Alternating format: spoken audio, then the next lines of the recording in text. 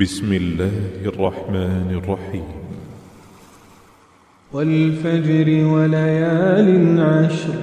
والشفع والوتر والليل إذا يسر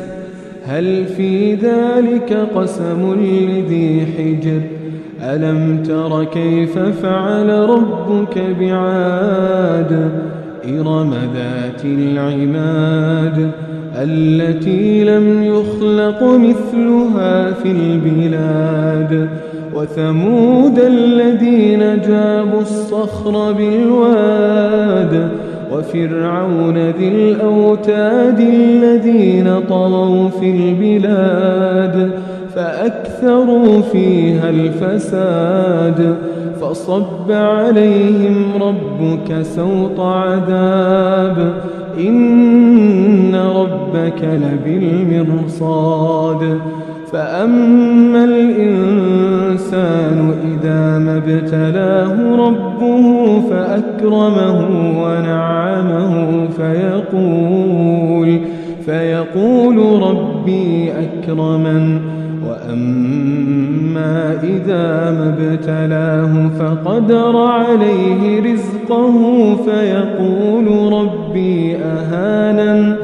كلا بل لا تكرمون اليتيم ولا تحاضون على طعام المسكين وتأكلون التراث أكلا لما وتحبون المال حبا جما كلا إذا دكت الأرض دكا دكا وجاء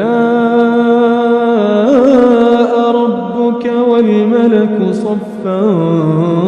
صفا وجيء يومئذ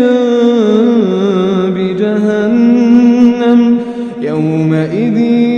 يتذكر الإنسان وأنى له الذكرى يقول يا ليتني قدمت لحياتي فيومئذ لا يعذب عذابه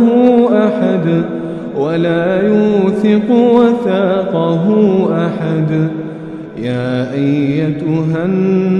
النفس المطمئنة